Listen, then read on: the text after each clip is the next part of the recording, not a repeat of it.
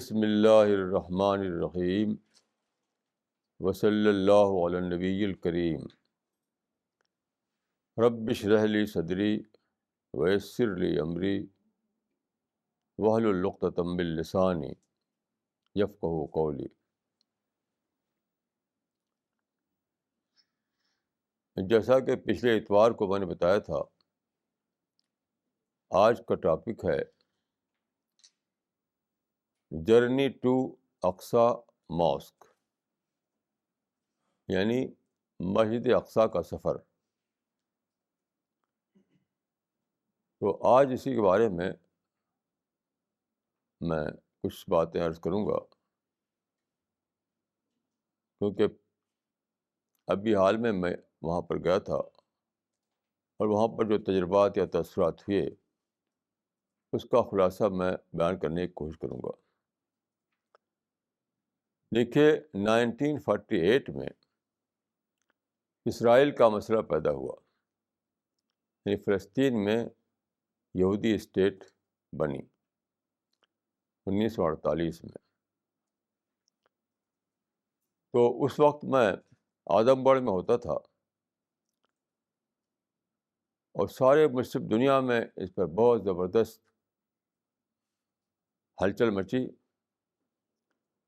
مجھے یاد ہے کہ اس زمانے میں ایک مسلم میگزین میں ایک تصویر چھپی تھی ایک بلڈنگ کی، اس کے نیچے لکھا تھا مسجد اقصیٰ، جس کے لیے ساری دنیا کے مسلمانوں کی جانیں قربان ہیں۔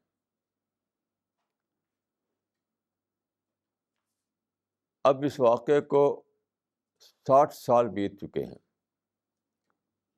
اور واقعتاً بے شمار قربانیاں بھی دی گئی ہیں، لیکن جو اصل پرابلم ہے وہ حل نہیں ہوا بلکہ اور بڑھ گیا ہے۔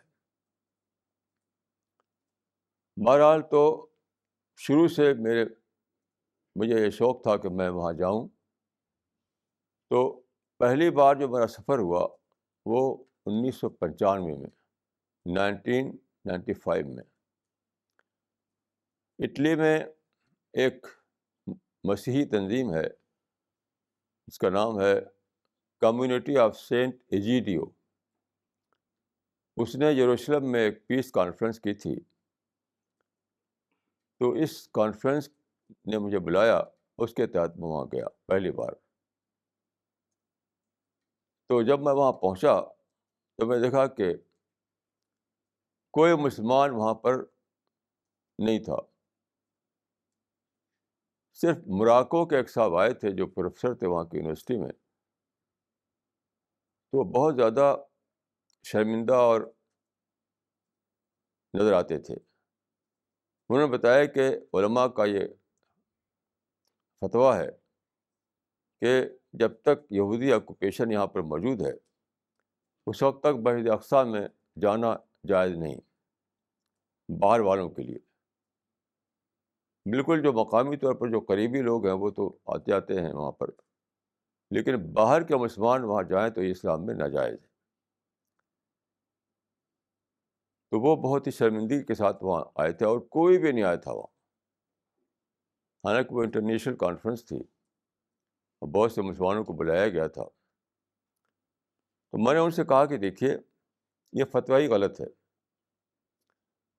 یہ فتویٰ اپنے آپ میں بیس لیس ہے، اس لیے کہ آکوپیشن کسی اور کا ہو تو اس سے فتویٰ نہیں بنے گا۔ ہمارا آپ کا عقیدہ ہے کہ رسول اللہ صلی اللہ علیہ وسلم 621 میں 621 عیسوی میں معراج کے تحت یروشلم آئے تھے، مسجد اقصیٰ میں انہوں نے نماز پڑھی تھی۔ یہ سارے مسلمان مانتے ہیں اس کو۔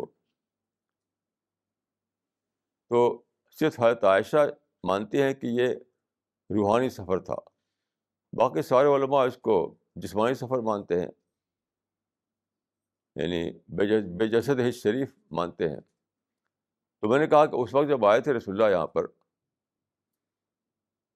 ہمارے عقیدے کے مطابق، تو اس وقت تو یہاں رومیوں کی سلطنت تھی، اس وقت مسلم سلطنت تو تھی نہیں یہاں پر. یہ مکی دور کا آخری زمانہ ہے یہ. اس وقت تو مکہ مدینہ میں بھی مسلمانوں کی حکومت نہیں تھی. تو وہ رسول اللہ کیسے آئے یہاں پر؟ تو اگر رسول اللہ کا آنا اس وقت جب کہ یہاں رومیوں کی سلطنت ہو، یعنی غیر مسلموں کی، وہ اگر جائز تھا تو ہمارا آپ کا جانا وہاں پر کیوں ناجائز ہو جائے گا؟ یہ فتوائی بالکل بے بنیاد ہے. تو اچانک وہ خوش ہو گئے کیونکہ انہوں نے اس طرح سوچا نہیں تھا. پھر بہت خوشی خوشی وہ ہمارے ساتھ وہاں پر رہے. وہ موراکو کے ایک صاحب تھے جو وہاں کی یونیورسٹی میں پروفیسر تھے. بہرحال تو 95 میں پہلی بار وہاں پر گیا. یہاں انڈیا میں جب تک میں تو یہاں پر میں عربی اخبارات اور میگزین پڑھتا تھا، اردو اخبارات اور میگزین پڑھتا تھا، انگریزی پڑھتا تھا. سب میں جو مسلمانوں کے لکھنے والے تھے وہ ایسی پکچر دیتے تھے جیسے کہ وہاں چاروں طرف یہودی فوجی کھڑے ہوئے ہیں سنگین لیے ہوئے، اور جیسے ہی مجھے دیکھیں کہ داڑھی والا مسلمان مار ڈالیں گے مجھ کو. تو میں گیا تو وہاں پر ضرور، لیکن میں گھر والوں سے کہہ کر گیا تھا کہ دیکھو اگر میں واپس نہ آؤں تو سمجھنا کہ مجھے یہودیوں نے مار ڈالا. یہی تصویر تھی میڈیا میں، مسلم میڈیا میں. تو وہاں پہنچا تو وہاں کچھ بھی نہیں تھا، کوئی نہ فوج نہ پولیس. بہت آسانی سے میں مسجد اقصیٰ میں گیا، وہاں نماز پڑھی میں نے، کوئی روک ٹوک نہیں. روک ٹوک صرف ہی کس لیے تھی؟ یہودیوں کے لیے تھی. ہم جب گیٹ پر پہنچے تو وہاں پر 2 یہودی پہرے دار ہوا کرتے تھے، وہ مسلح ہوتے تھے وہ. تو انہوں نے کچھ بھی نہیں پوچھا، پاسپورٹ بھی نہیں مانگا، بس کیا کہ انت مسلم انت مسلی، عربی بولتے تھے وہ لوگ. انت مسلم انت مسلی، آپ مسلمان ہیں، آپ نماز پڑھتے ہیں، بس کہا کہ فضل فضل، اور کہا کہ ہمارے لیے بھی دعا کیجیے. ہمارے ساتھ ایک یہودی گائیڈ تھا، ایک نوجوان تھا، وہ یہودی تھا، وہ گائیڈ تھا ہمارا. اس کو روک دیا انہوں نے کیونکہ یہودیوں کو اس کے اندر جانا منع ہے. تو میں نے کہا کتنی بڑی بھول میں ہے ساری مسلم دنیا. یہ الگ بات ہے کہ یہودیوں کا آکوپیشن ہے فلسطین کے ایک حصے پر، لیکن اس کے ساتھ یہ جوڑنا کہ مسجد اقصیٰ میں ہر طرف فوجیں کھڑی ہوئی ہیں اور وہاں جو مسلمان جاتا ہے اس کو مار ڈالتے ہیں، جیسا کہ مجھے تصور بنا تھا، تو بالکل غلط تھا وہ. میں نے بہت آرام سے وہاں نماز پڑھی، کوئی روک ٹوک نہیں تھی. اس وقت میں اکیلا گیا تھا. تو دوسرا جو انوکھی ڈسکوری مجھے ہوئی وہاں پر وہ یہ ہے کہ مسجد اقصیٰ کیا ہے وہی مسلمانوں کو پتہ نہیں. اب تو میں نے بار بار لکھا ہے، اب تو کچھ جان گئے ہیں لوگ. اس وقت تک کوئی جانتا نہیں تھا مسجد اقصیٰ کیا ہے. بہت انوکھی بات ہے یہ. اگر آپ کو شک ہو تو آپ مسجد اقصیٰ کی جو تصویریں چھپتی رہی ہیں اس کو دیکھیے. وہ ایک گنبد ہوتا ہے، جیسے ہمارے ہاں اس میں ہمارے ٹوم میں مثلا یہاں پر گنبد ہے، مقبروں میں گنبد ہوا کرتے ہیں. گنبد اور سنہرے کلر کا، اس کے نیچے لکھا رہتا تھا مسجد اقصیٰ. سارے دنیا کے لوگ اسی کو مسجد اقصیٰ سمجھتے تھے، حتیٰ کتابوں میں موجود ہے.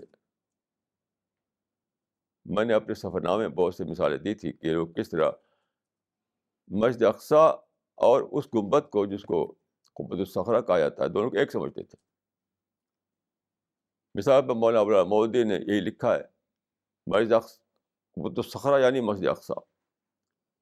آپ کو دیکھنا ہو تفصیل تو میرے سفر نامے میں دیکھ سکتے ہیں، میں نے بہت سے حوالے دیے ہیں. وہاں جا کر مجھے ڈسکوری ہوئی کہ مسجد اقصیٰ الگ چیز ہے، قبۃ الصخرہ الگ چیز ہے. دونوں ایک چیز نہیں ہے، کیونکہ قبۃ الصخرہ جو ہے وہ چٹان پر ہے، بلندی پر ہے، اور مسجد اقصیٰ نیچے ہے، تو جب بھی آپ کیمرہ ادھر فوکس کرتے ہیں تو سب سے نمایاں تصویر آتی ہے قبۃ الصخرہ کی. مسجد اقصیٰ جو ہے وہ نیچے ہو جاتی ہے. اب دیکھیے کہ قبۃ الصخرہ کیا چیز ہے، مسجد اقصیٰ کیا چیز ہے. یہ وہاں جانے کے بعد یہ سب مجھے ڈسکوری ہوئی. قبۃ الصخرہ کہتے ہیں جس کو کہتے ہیں ڈوم آف راک. ایک راک ہے، پتھر کی ایک چوکور سی چٹان. ایسی معمولی پتھر جو ہوتا ہے اس کو یہودی لوگ مقدس مانتے ہیں. ان کا ماننا یہ ہے کہ حضرت ابراہیم یہاں آئے تھے اور اپنے بیٹے اسحاق کو یہاں پر قربان کیا تھا. ہم لوگ تو حضرت اسماعیل کو مانتے ہیں کہ قربان کیے کرنے کے لیے تیار ہوئے تھے حضرت ابراہیم. ہم لوگ ذبیح اللہ مانتے ہیں حضرت اسماعیل کو، لیکن یہودی لوگ ذبیح اللہ مانتے ہیں حضرت اسحاق کو جو ان کے دوسرے بیٹے تھے. تو ان کا ماننا یہ ہے کہ یہیں پر حضرت ابراہیم نے قربانی دی تھی. تو تاریخی طور پر اس کو ہم صحیح نہیں سمجھتے، لیکن ان کا عقیدہ یہی ہے. اور اس بنا پر اس صخرہ کو، اس چٹان کو، اس راک کو وہ مقدس سمجھتے ہیں. اس پر پہلے کوئی بلڈنگ نہیں ہوا کرتی تھی، وہ کھلا ہوا تھا. پھر بنو امیہ کے زمانے میں وہاں پر گنبد بنایا گیا. تو یہ الگ چیز ہے، قبۃ الصخرہ بالکل الگ چیز ہے، مسجد اقصیٰ الگ چیز ہے. اسی طرح سے مجھے یہ دریافت ہوئی کہ مسلمان یہ سمجھتے ہیں کہ مسجد اقصیٰ قبلہ اول ہے، حالانکہ بالکل غلط ہے یہ بات. ساری دنیا کے مسلمان یہ سمجھتے ہیں کہ مسجد اقصیٰ وہ قبلہ اول ہے. یعنی مدینے میں جب رسول اللہ آئے تھے تو مسجد اقصیٰ کی طرف رخ کر کے نماز پڑھتے. بالکل بیس لیس بات ہے تاریخی اعتبار سے. حقیقت کیا ہے، رسول اللہ نے مسجد اقصیٰ کو نام ہی نہیں لیا تھا کہ وہ ہمارے قبلہ اول ہے. آپ نے قبلہ یہود کو قبلہ بنایا تھا. یعنی جب تک آپ مکہ میں تھے، آپ کو معلوم ہے کہ رسول اللہ صلی اللہ علیہ وسلم کی بعثت شروع ہوئی ہے 610 عیسوی سے، اور 622 عیسوی میں آپ نے مکہ سے ہجرت کر کے مدینہ پہنچے ہیں آپ. تو جب تک آپ مکہ میں تھے آپ کعبہ کے طرف رخ کر کے نماز پڑھتے ہیں. آپ جانتے ہیں کعبہ میں نماز چاروں طرف پڑھ جاتی ہے. ہم اپنی مسجدوں میں ایک طرف پڑھتے ہیں نا، جب آپ حرم میں جائیں گے عمرہ یا حج کے لیے تو آپ پائیں گے کعبہ بیچ میں ہے اور چاروں طرف سے نمازیں پڑھی جا رہی ہیں. تو رسول اللہ جدھر بھی ہوتے تھے ادھر سے کعبہ کو قبلہ بنا کر کے نماز پڑھتے تھے. جب آپ مدینہ پہنچے تو مدینہ کے جو یہودی تھے وہاں پر آپ جانتے ہیں کہ 3 قبیلے یہودیوں کے آباد تھے مدینہ میں. ان کا قبلہ جو تھا وہ قبۃ الصخرہ تھا، یعنی یروشلم کی وہ چٹان جس کو وہ مقدس سمجھتے ہیں. ہم لوگ جو ہے کعبہ کو مقدس سمجھتے ہیں، اسی طرح وہ صخرہ کو مقدس سمجھتے ہیں. تو وہ صخرہ کو رخ کر کے نماز پڑھا کرتے تھے یہودی لوگ، جس پر جو قبہ بن گیا ہے قبۃ الصخرہ اس کو کہا جاتا ہے، ڈوم آف راک. تو رسول اللہ صلی اللہ علیہ وسلم نے یہودیوں کی یعنی تفسیر میں لکھا ہے کہ تعلیفاً للیہود، یہود کی تعلیف قلب کے لیے آپ نے یہود کے قبلہ کو اپنا قبلہ بنا لیا تاکہ ان سے کوئی اننیسیسری کنٹروورسی نہ پیدا ہو، مسلمان وہاں نارمل طریقے سے رہ سکیں کیونکہ ان کا ڈومینیشن تھا اس زمانے میں. تو تعلیفاً للیہود لکھا ہے تفسیر قرطبی میں کہ آپ نے قبلہ یہود کو اپنا قبلہ بنایا، یعنی قبۃ الصخرہ قبلہ بنایا. تو رسول اللہ کا جو قبلہ تھا دور مدینہ کے ابتدائی زمانے میں تقریباً 16 مہینے تک وہ قبۃ الصخرہ تھا، مسجد اقصیٰ نہیں تھی. لیکن ساری دنیا کے مسلمان ایک بے بنیاد عقیدے کو اپنے دماغ میں لیے ہوئے. ساری دنیا کے مسلمان ون ٹو آل، مسٹر اور مولوی سب، بالکل تاریخی اعتبار سے بیس لیس بات ہے یہ. اب لیجیے آپ مسجد اقصیٰ کو. مسجد اقصیٰ کیا چیز ہے؟ وہ ان معنی مسجد نہیں ہے جس معنی میں ہم کہتے ہیں کہ جہانگیری مسجد اور شاہجہانی مسجد اور کالی مسجد. دیکھیے انگلش میں ایک ہوتا ہے پراپر ناؤن، ایک ہوتا ہے کامن ناؤن. تو مسجد حرام جب بولتے ہیں ہم تو وہ پراپر ناؤن ہوتا ہے، مسجد اقصیٰ جب بولتے ہیں تو پراپر ناؤن نہیں ہوتا ہے، وہ کامن ناؤن ہوتا ہے، یعنی عبادت گاہ کے معنی میں. جب ہم کہتے ہیں کہ مسجد حرام، مسجد نبوی یا شاہجہانی مسجد، تو وہ پراپر ناؤن ہوتا ہے. کسی ایک مسجد کو آپ اس طریقے سے بولتے ہیں، لیکن مسجد اقصیٰ میں ایسا نہیں ہے کہ پراپر ناؤن ہے، وہ کامن ناؤن ہے. قرآن مجید میں ہے سبحان الذی اسریٰ بعبدہ لیلا من المسجد الحرام الی المسجد الاقصیٰ. رسول اللہ کو اللہ تعالیٰ لے گئے مکہ کی مسجد حرام سے یروشلم کے مسجد اقصیٰ تک. یہاں پر دیکھیے پہلی آیت میں مسجد حرام کا لفظ پراپر ناؤن ہے، لیکن دوسرا جو ہے حصہ آیت کا مسجد اقصیٰ وہ کامن ناؤن ہے وہاں پر، یعنی دور کی عبادت گاہ. اقصیٰ مانے دور، اقصیٰ کا مانے دور ہوتے ہیں. تو مسجد حرام سے دور کی عبادت گاہ پر لے گئے. اچھی طرح سمجھ لیجیے کہ یہ بالکل ایک فیلسی ہے کہ مسجد اقصیٰ قبلہ اول ہے، یعنی ہسٹوریکلی. تو اس آیت کا صحیح مفہوم یہ ہے کہ اللہ تعالیٰ اپنے پیغمبر کو مسجد حرام سے، مکہ کے مسجد حرام سے لے گئے یروشلم کی دور کی عبادت گاہ تک. اب دور کی عبادت کا مطلب کیا ہے؟ صحیح بات یہ ہے کہ جہاں مسجد اقصیٰ آج ہے وہاں پر اب سے پہلے جو وہ تھے حضرت سلیمان جو تھے، جو یہودی کنگ تھے، وہ یہودیوں میں آئے، یہودیوں کے پیغمبر تھے وہ، ہم بھی ان کو پیغمبر مانتے ہیں. انہوں نے، ان کی سلطنت تھی بہت بڑی، انہوں نے وہاں پر بنایا تھا عبادت گاہ جس کو ہیکل کہا جاتا ہے، جو کہتے ہیں انگریزی میں سولومن ٹیمپل. تو وہ جو جہاں مسجد اقصیٰ ہے وہاں ہیکل سلیمانی تھا، کوئی مسجد نہیں تھی وہاں اس زمانے میں. ہیکل سلیمانی جو تھا وہ، وہاں پر کیا ہوا کہ رومیوں نے ایک بار حملہ کیا، ایک مرتبہ بابلیوں نے حملہ کیا، اس کو کھنڈر کر دیا. اس وقت جب کہ رسول اللہ کی معراج ہوئی، اس کے بعد خلافت راشدہ کے زمانے میں وہ صرف سائٹ تھا، سائٹ یعنی کھڈر، کوئی مسجد وہاں نہیں تھی وہاں پر. اب جو جس کو ہم کہتے ہیں مسجد اقصیٰ، وہ بنی ہے بنو امیہ کے زمانے میں، عبد الملک بن مروان کے زمانے میں. رسول اللہ کے زمانے میں نہیں تھی مسجد، صاحب خلفاء راشدین کے زمانے میں مسجد نہیں تھی وہاں پر. بنو امیہ کے زمانے میں انہوں نے وہاں پر تعمیر کروائی. تو دونوں تعمیرات جو ہیں، قبۃ الصخرہ بھی اور مسجد اقصیٰ بھی، دونوں تعمیرات بنو امیہ کے زمانے میں بنائی گئی تھی وہاں پر، جو اب کھڑی ہوئی ہیں. اس کو بہت زیادہ ضروری ہے کہ اس کو آپ سمجھیں. آپ اب دیکھیے ایک اور بات میں عرض کرنا چاہوں گا کہ مسلمانوں کی جو کتابیں ہیں، جو مضامین ہیں، جو اخبارات ہیں، اس میں آپ سب نے پڑھا ہوگا کہ یہودی لوگ مسجد اقصیٰ کو ڈھا کر وہاں دوبارہ ہیکل سلیمانی بنانا چاہتے ہیں. سب کے دماغ میں یہ ہوگا جو پڑھتے ہیں، اور اس کا نقشہ بھی چھاپا ہوا ہے کہ انہوں نے ایک نقشہ بنایا ہے کتابوں کو لے کر. ایسا تھا ہیکل سلیمانی یعنی سولومن ٹیمپل، اس کو ڈھا کر کے وہ بنانا چاہتے ہیں. وہ یہ سب بھی بالکل بے بنیاد باتیں ہیں. اس کی حقیقت میں عرض کرتا ہوں. دیکھیے ہر جگہ ایکسٹریمسٹ لوگ ہوتے ہیں، ان کو غلاۃ کہا جاتا ہے، یعنی غالی لوگ.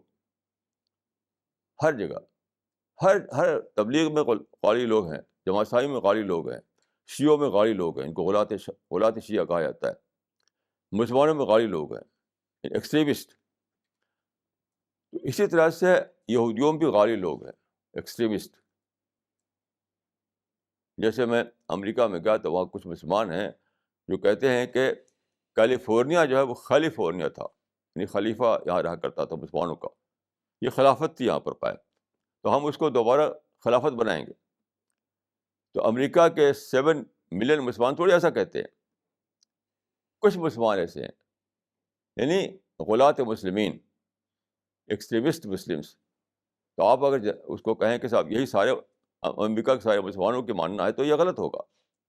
اس کو میں کہتا ہوں ایکسیپشن کو جنرلائز کرنا.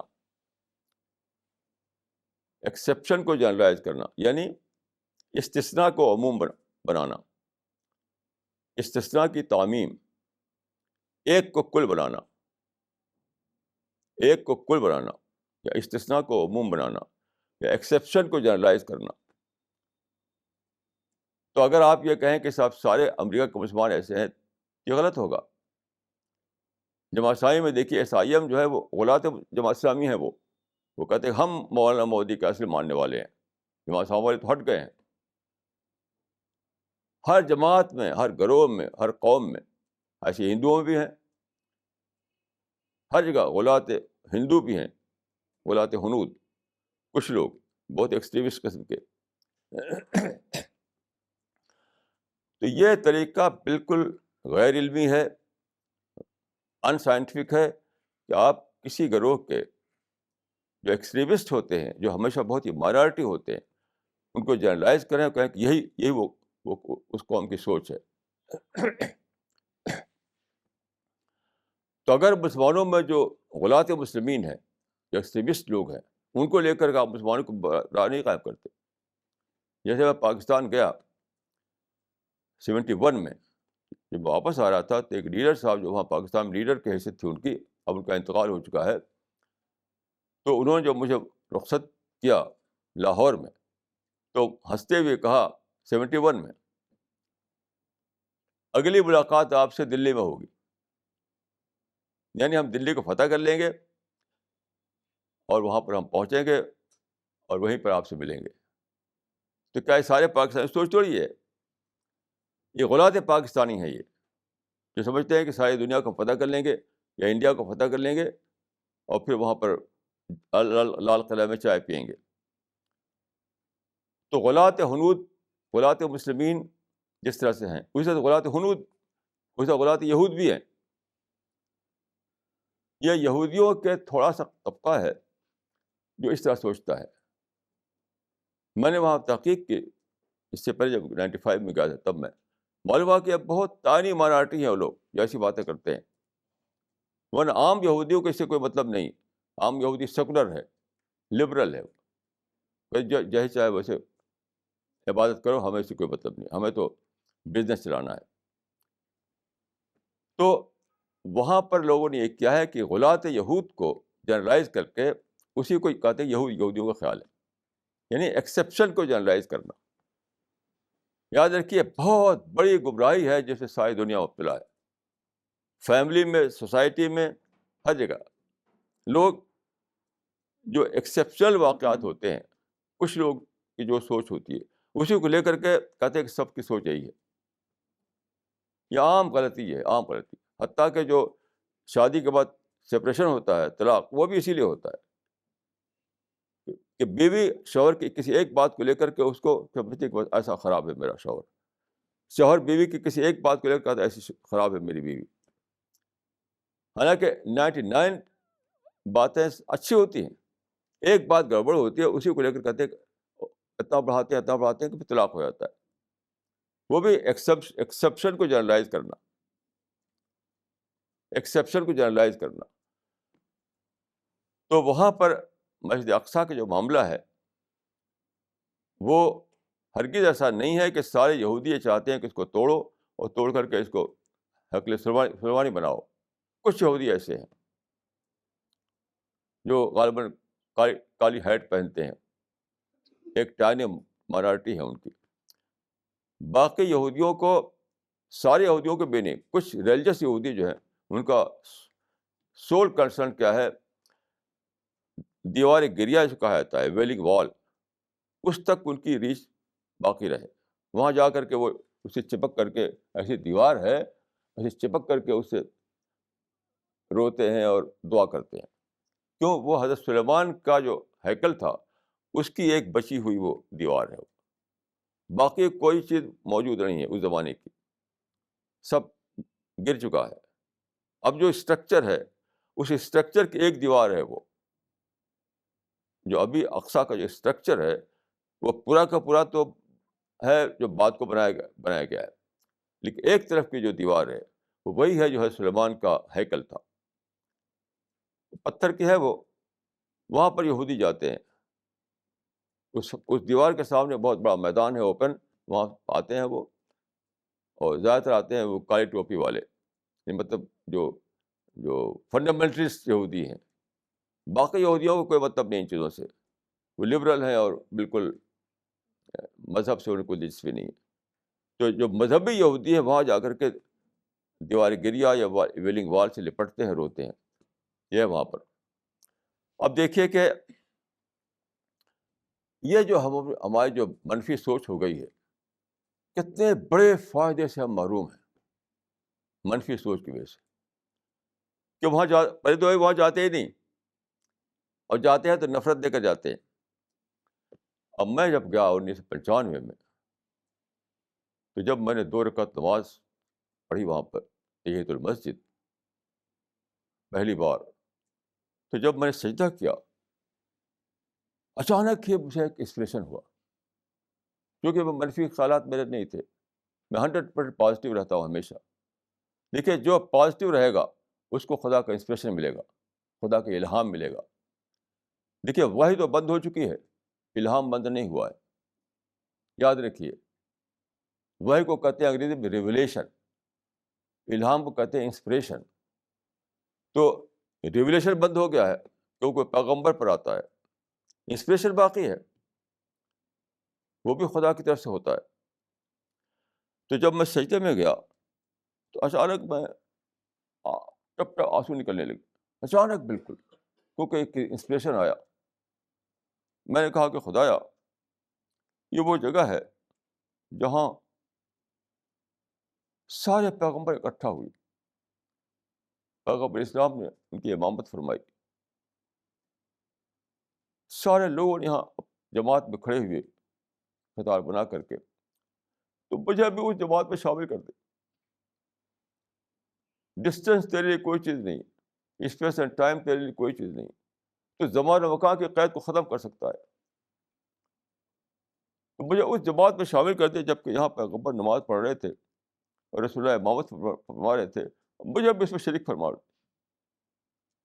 ٹائم کی دوری ختم کر دے.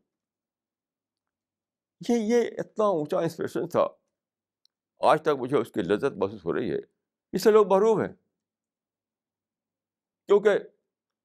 کیونکہ وہ نگیٹیوٹی میں جیتے ہیں، شکایتوں میں جیتے ہیں، کمپلین میں جیتے ہیں، یہودی نفرت میں جیتے ہیں، بناوٹی کہانیوں میں جیتے ہیں. کتنی عجیب بات ہے کہ اتنی بڑی وہاں پر سعادت رکھی ہوئی ہے کہ وہاں جا کر کے وہ ایک شعار ہے، وہ ایک یادگار ہے، وہ ایک ریمائنڈر ہے، ایک ہسٹوریکل ریفرنس وہاں پر ہے، ایک پوائنٹ آف ریفرنس ہے وہاں پر ہسٹوریکل سینس میں، جس سے وہاں جا کر کے آپ اس وقت کو یاد کریں جب کہ پیغمبر یہاں آئے تھے. کیسا عجیب لمحہ تھا وہ کہ سارے پیغمبر اکٹھا ہوئے اور رسول اللہ نے امامت فرمائی. تو آپ یہاں تو نہیں سوچ سکتے اس بات کو. اس کا جو پوائنٹ آف ریفرنس ہے وہ تو وہیں پر ہے، وہاں پر آپ محروم کیے ہوئے ہیں، حرام بتائے ہوئے کہ وہاں جانا ہی حرام ہے.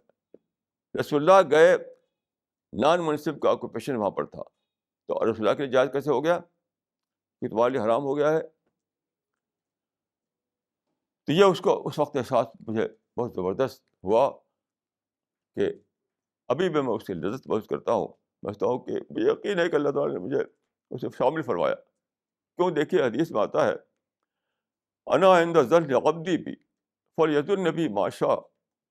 کیسی عجیب حدیث ہے، انا عند ظن عبدی بھی فلیظن بی ما شاء. میں بندے کے گمان کے ساتھ ہوں، تو جو گمان چاہے وہ کر لے میرے بارے میں. کیسی عجیب حدیث ہے، حدیث قدسی ہے یہ، انا عند ظن عبدی بھی فلیظن بی ما شاء. میں بندے کے گمان کے ساتھ ہوں، تو جتنا چاہے جو چاہے میرے بارے میں گمان کر لے. اب میں خدا کا ایک بندہ ہوں، میں نے یہ گمان کیا کہ خدایا ڈسٹینس تیرے لیے کوئی چیز نہیں، ٹائم اور اسپیس کا فرق تیرے لیے کوئی چیز نہیں. تو چاہے تو ٹائم کو ختم کر کے مجھے اس جماعت میں شامل کر دے کہ پیغمبر یہاں پڑھ رہے ہیں نماز، میں بھی شامل ہوں اسی جماعت میں. یہ میں نے ظن قائم کیا خدا سے، تو اللہ تعالیٰ پورا کر دے گا اس کو. کیوں؟ انا عند ظن عبدی بی فلیظن بی ما شاء. میں بندے گمان کے ساتھ ہوں، تو جو گمان چاہے میرے بارے میں کر لے، میں پورا کروں گا اس کو، بشرطے کہ وہ گمان صحیح گمان ہو.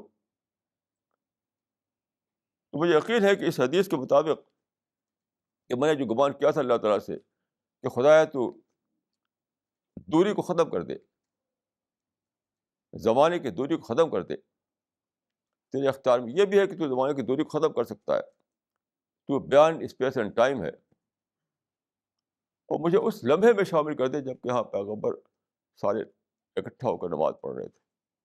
تو مجھے یقین ہے کہ اللہ تعالیٰ نے مجھے اس عادت بخشی اس حدیث کے مطابق۔ کیسی محرومی ہے جیسے سارے مسلمان اپنے آپ کو اپنے ڈالے ہوئے ہیں اس میں، کیوں؟ نگیٹو تھنکنگ کی وجہ سے، یہودی نفرت کی وجہ سے، جھوٹے افواہوں کی وجہ سے۔ پھر دیکھیے،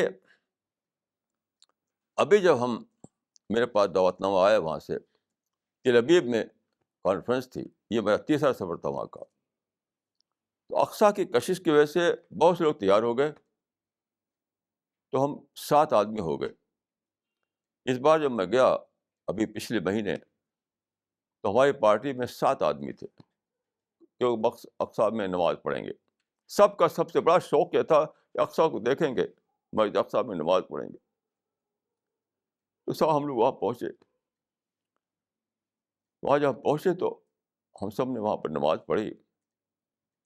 تو ایک اور مجھے ایکسپیرئنس ہوا، ایک اور انسپریشن مجھے ہوا کہ ہم سب لوگ وہاں تھے، تو میں نے وہاں پر ایک کلاس کیا، وہاں بھی ہماری کلاس ہوئی۔ تو میں نے کہا کہ دیکھیے، جب یہاں پیغمبر اتنے سارے آئے ہوں گے، کیونکہ حدیث کے مطابق 1,24,000 پیغمبر آئے دنیا میں، جب آئے ہوں گے تو خالی نماز تو نہیں پڑھی ہوگی، آئے نماز پڑھی چلے گئے، بیٹھے بھی ہوں گے، ان کا اجتماع بھی ہوگا، ان کی میٹنگ بھی ہوگی، باتیں بھی ہوئی ہوں گی۔ تو پھر مجھے ایک اور انسپریشن آیا اس بار کہ خدا، ایک وقت یہاں ہوگا 621 عیسوی میں، جب کہ پیغمبر یہاں اکٹھا ہیں، ان کی میٹنگ ہو رہی ہے، ان کی باتیں ہو رہی ہیں، ان کا اجتماع ہو رہا ہے۔ تو ہم 7 آدمی تھے، میں نے کہا کہ خدایا ہمارے اس اجتماع کو اس میں شامل کر دے۔ کیسا عجیب یہ احساس ہے، غور کرو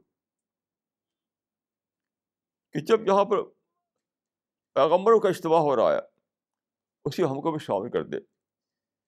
تیرے اختیار میں ٹائم اور اسپیس سب کچھ تیرے اختیار میں ہے، تو دوری کو ختم کر سکتا ہے۔ ہم سب لوگوں کو ایک عجیب تھرلنگ احساس ہوا اس بارے میں، اس وقت جب میں نے یہ بات کہی۔ ہم 7 لوگ تھے وہاں پر۔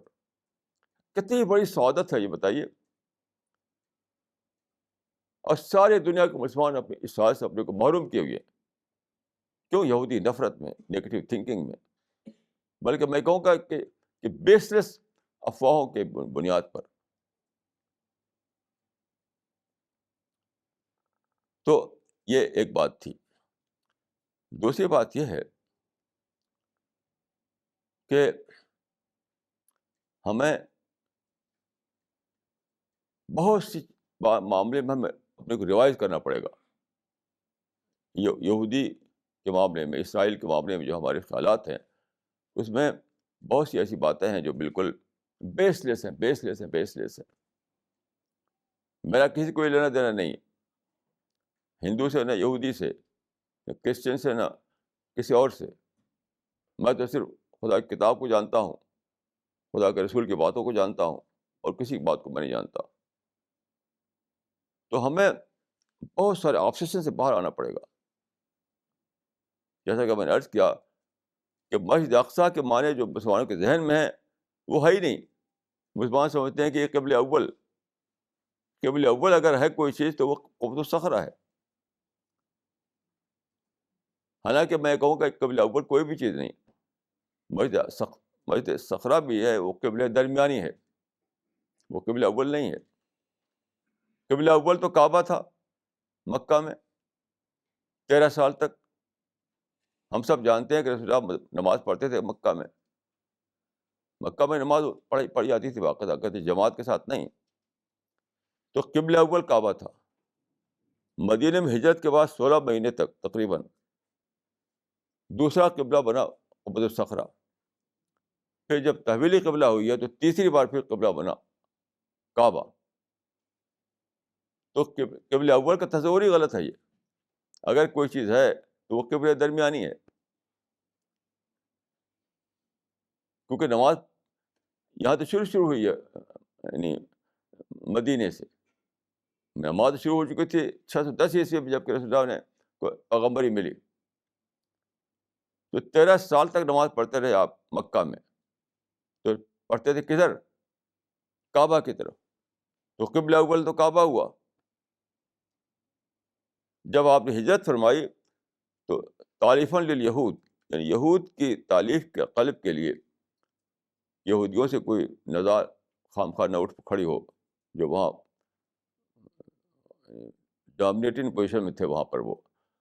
تو آپ نے تالیف قلب کے طور پر تقریباً 16 مہینے تک، کیونکہ حدیثوں میں روایتوں میں کئی 16 آتا ہے، 17 آتا ہے، تعداد جو ہے اس میں وہ نہیں ہے، کنسنسس نہیں ہے، کوئی 16 بتاتا ہے، کوئی 17 بتاتا ہے. تو بہرحال تقریباً 16 مہینے تک آپ نے نماز پڑھی قبلہ یہود کی طرف، یہ درمیانی قبلہ تھا وہ. پھر مدینہ ہی کے میں جو شیخ الصفا من الناس جو پڑھیں گے آپ، اس میں جو کہ تحویل قبلہ ہوا، نماز کی حالت میں حکم آیا کہ اب نماز پڑھو تم کعبہ کی طرف. حالت نماز میں 16 مہینے کے بعد تو حالت نماز ہی میں رخ کر لیا آپ نے کعبہ کی طرف. تو قبلہ اول کعبہ تھا، اور قبلہ یعنی آخر بھی کعبہ تھا. درمیانی قبلہ تھا وہ قبۃ الصخرہ. مسجد اقصیٰ تو پکچر میں نہیں آتی ہے. ان سب باتوں کو اگر ہم یعنی اس سے پہلے کہ قیامت آئے حقائق پھٹ کر سامنے آ جائیں، ہمیں مان لینا چاہیے، ورنہ خدا کے سامنے ہم کیا منہ دکھائیں گے کہ ہم جھوٹ میں جیتے رہے، ہم بیس لیس باتوں میں جیتے رہے، ہم افواہوں میں جیتے رہے. کیسی انوکھی بات ہے یہ. وہاں پر ہم نے دیکھا کہ عربوں کو پوری آزادی ہے، کوئی رکاوٹ نہیں. مثال کے طور پر ہمیں بتایا گیا تھا، ہم تل ابیب میں، انہیں نے ارینج کیا تھا ہمارا سفر، انہیں نے گاڑی دی تھی، انہیں کا گائیڈ ہمارے ساتھ تھا، کہ آپ کو شام کا ڈنر جو ہے بہت ہی بیوٹیفل، ان کے الفاظ میں کہ بیوٹیفل ڈنر، آپ کو بیوٹیفل ویجیٹیرین ڈنر ملے گا وہاں، آپ کو بیوٹیفل ویجیٹیرین ڈنر. تو ہم جانتے نہیں تھے کہ بھائی کیا چیز ہے بیوٹیفل ویجیٹیرین ڈنر.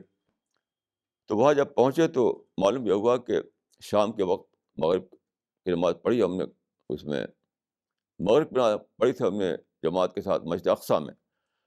باہر نکلے تو اقصیٰ کی دیواریں بہت چوڑی چوڑی ہیں، بہت انیوژول طب چوڑی چوڑی ہیں. اس دیوار میں اس طریقے سے بنایا گیا ہے ایک ریسٹوراں، اس دیوار میں توڑ کر بنا ہے، کیا کر کے بنا ہے، اور بہت ہی بیوٹیفل ریسٹوراں، بہت ہی صاف ستھرا ریسٹوراں. اور مالک کون ہے اس کا؟ ایک عرب ہے، ایک فلسطینی.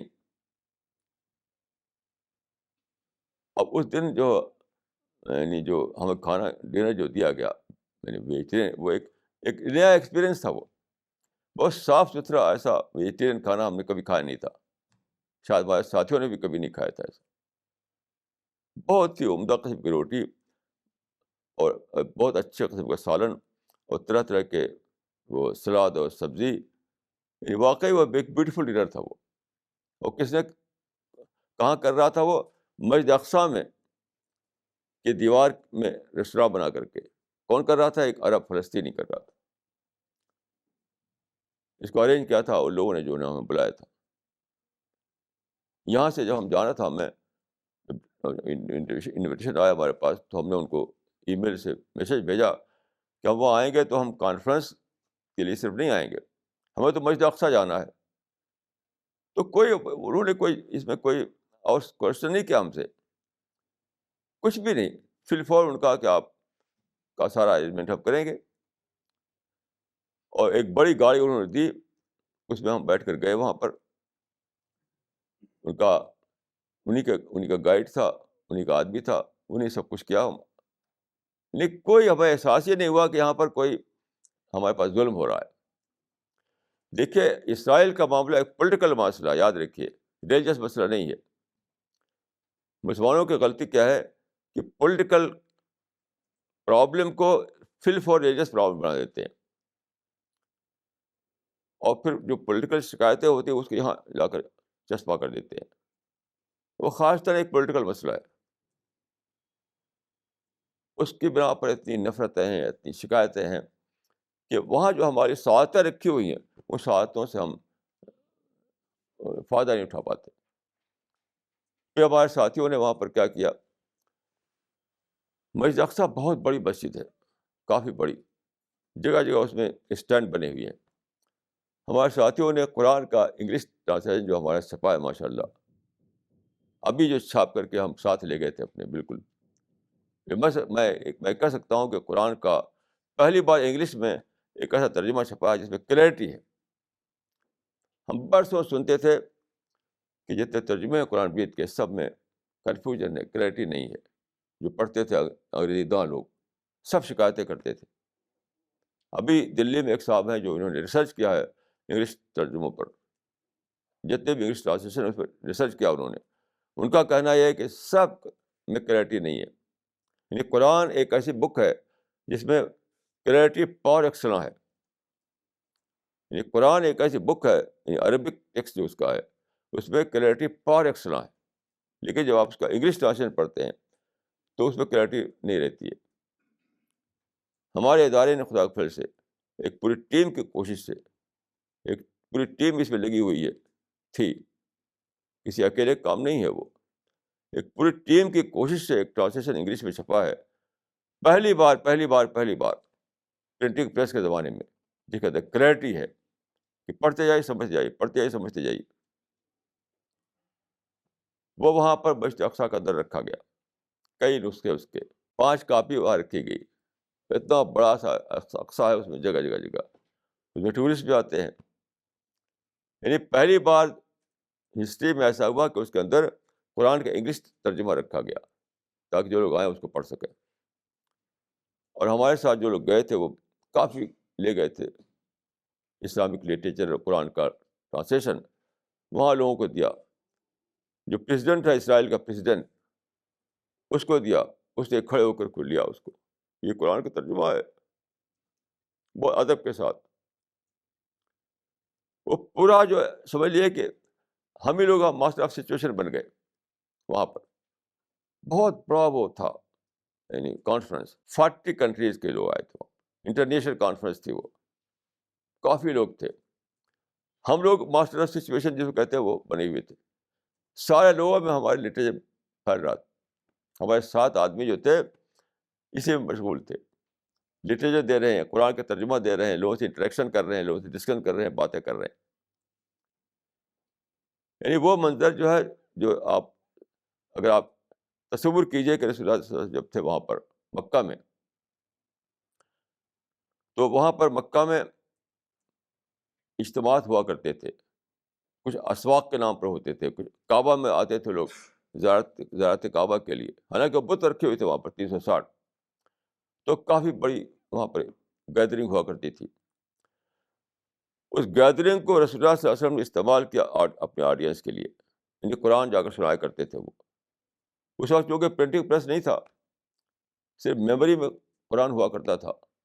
آپ پرنٹڈ فارم میں آپ نہیں دے سکتے تھے قرآن کو, تو آپ جاتے سناتے تھے وہاں پر. اس گیدرنگ کو استعمال کیا رسول اللہ صلی اللہ علیہ وسلم نے قرآن کو پھیلانے کے لیے. یعنی گیدرنگ ہوئی تھی بتوں کے نام پر یا اسواق کے نام پر, لیکن آپ ماسٹر اسٹیشن آپ رسول اللہ صلی اللہ علیہ وسلم بن گئے وہاں. سب سے زیادہ اس کو اویل کیا, اس موقع کو آپ نے, اس اپرچونیٹی کو سب سے اویل کیا رسول اللہ صلی اللہ علیہ وسلم نے. خدا کے فضل سے ہماری ٹیم نے یہی کیا تل ابیب میں, کہ 40 ملکوں کے لوگ اکٹھا ہوئے. اس میں کافی فلسطینی بھی تھے, کافی بڑی تعداد میں, اور مختلف کنٹریز کے لوگ تھے. تو آئے تھے دوسرے مقصد کے لیے, ظاہر ہے. اس اپرچونیٹی کو اویل کیا ہماری ٹیم نے, خوب لٹریچر پھیلایا اور قرآن مجید کا ترجمہ پھیلایا, لوگوں کو ڈسکشن کیا, انٹریکشن کیا, لوگوں سے باتیں کی. تو ایک اتنے بڑے بڑے مواقع کو ہم یعنی اویل نہیں کر پاتے. کیوں؟ نفرتیں ہیں. رسول اللہ صاحب اگر نفرت کرتے، وہاں جو کعبہ کو بت خانہ بنا دیا تھا لوگوں نے، اسے نفرت کرتے تو اس اپرچونیٹی کیسے اویل کرتے وہ؟ مجھے بتائیے. رسول اللہ اگر نفرت کرتے کہ ہاں تو 360 بت ہیں، کتنا برا کام کر رہے ہیں یہ لوگ، قابل نفرت ہیں یہ لوگ، ان کے دعائیں کرتے ہیں ان کو، جیسے آج کل ہوتا ہے ہمارے مسجدوں میں، ہم لعنت کی دعائیں کرتے ہیں مسجدوں میں. تو رسول اللہ کہیں بیٹھ کے دعائیں کرتے لعنت کی. رسول اللہ خود وہاں جاتے تھے، خود وہاں جاتے تھے. وہ اس کو الگ کر دیا آپ نے جو بتوں کا مسئلہ ہے، اس کو کہتے ہیں ڈی لنکنگ پالیسی. اس کو میں کہوں گا ڈی لنکنگ پالیسی. ایک ہے وہ پرابلم یہاں پر 360 بت ہیں، دوسرا یہ کہ اپرچونیٹی ہے، انسان اکٹھے یہاں پر ہو گئے. تو آپ نے دونوں کو ڈی لنک کیا. It was a D linking policy. اور 13 سال تک آپ اس ڈی لنکنگ پالیسی کو چلاتے رہے. وہاں پر لوگ جمع ہوتے تھے بتوں کے نام پر، رسول اللہ صاحب استعمال کرتے تھے اس کو دعویٰ اپرچونیٹی کے طور پر. ایسے ہی ہمارے ساتھیوں نے وہاں کیا. خدا کے فضل سے یہیں سے جیسے ہم لوگ دلی ایئرپورٹ پہنچے تبھی سے یہ دعویٰ ورک شروع ہو گیا. ایئرپورٹ پہ جو لوگ تھے ان کو کتابیں دیتے تھے، بروشر دیتے تھے. پھر جہاز کے اندر کیا، زیورک میں جب لوگ اترے وہاں پر کیا، یروشلم میں اور تل ابیب میں، ہر جگہ دعویٰ work. So it was a universal دعویٰ اپرچونیٹی. ایک یونیورسل دعویٰ اپرچونیٹی تھی. اس کو ہم لوگ تقریباً 1 ہفتے تک استعمال کرتے رہے. یہ ہے پازیٹیو تھنکنگ کا مریکل. پازیٹیو تھنکنگ کا مریکل. جو لوگ نگیٹو تھنکنگ میں جیتے ہوں ان کو وہ اپرچونیٹی بلائنڈ بن جاتے ہیں. یاد رکھیے نگیٹو تھنکنگ کا سب سے بڑا نقصان کیا ہے؟ اپرچونیٹی بلائنڈ بن جانا.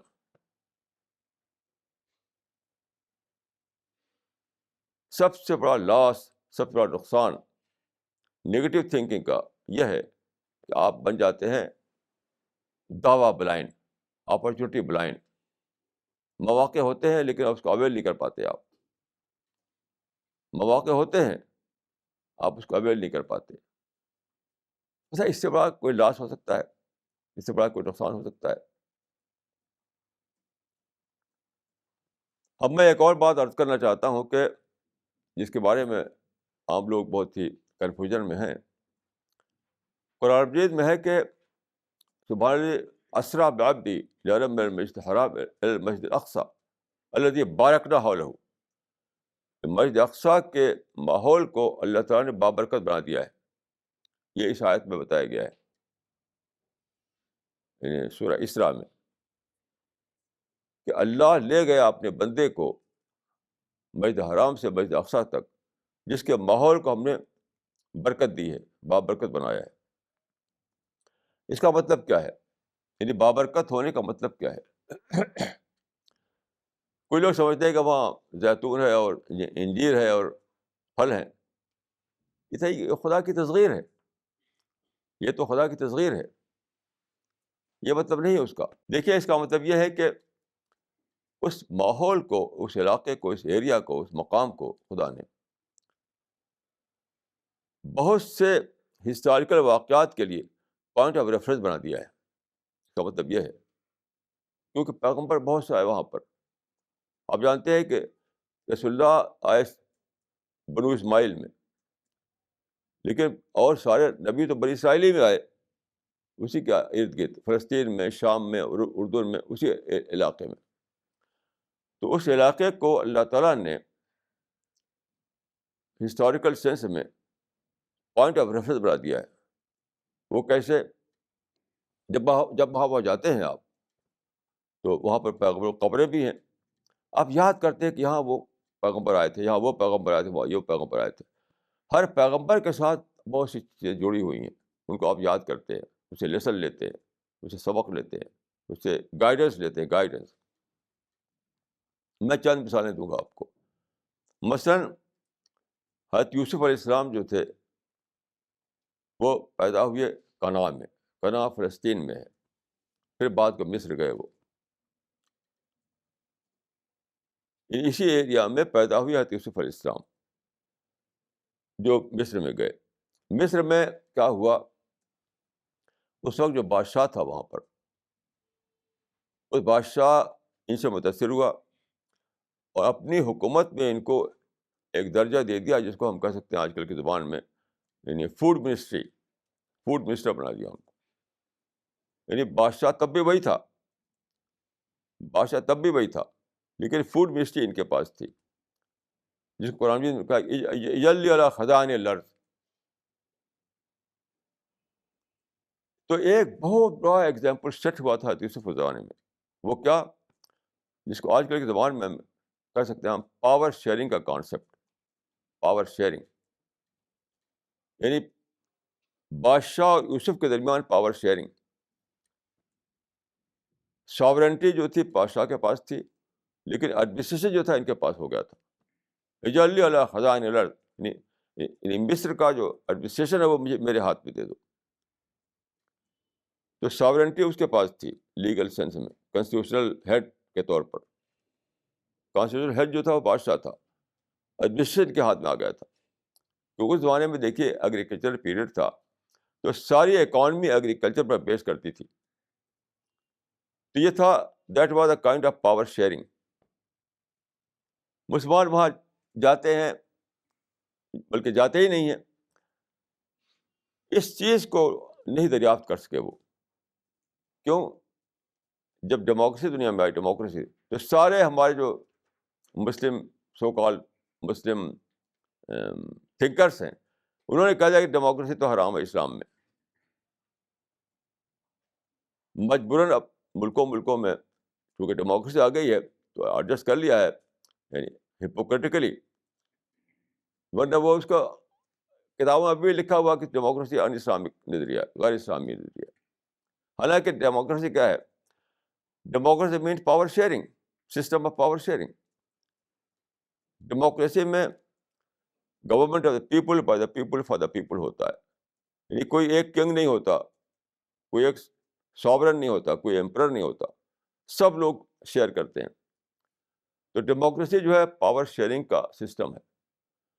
اگر وہاں پر لوگ دریافت کرتے ہیں یوسف علیہ السلام کے مثال سے، تو کہتے ہیں کہ یہ تو بہت زبردست چیز ہے. جس چیز کو حضرت یوسف نے شروع کیا تھا کہ پاور شیئرنگ کا کانسیپٹ، وہ آج اتنا زیادہ عام ہو گیا ہے کہ اب وہی یونیورسل سسٹم بن گیا ہے.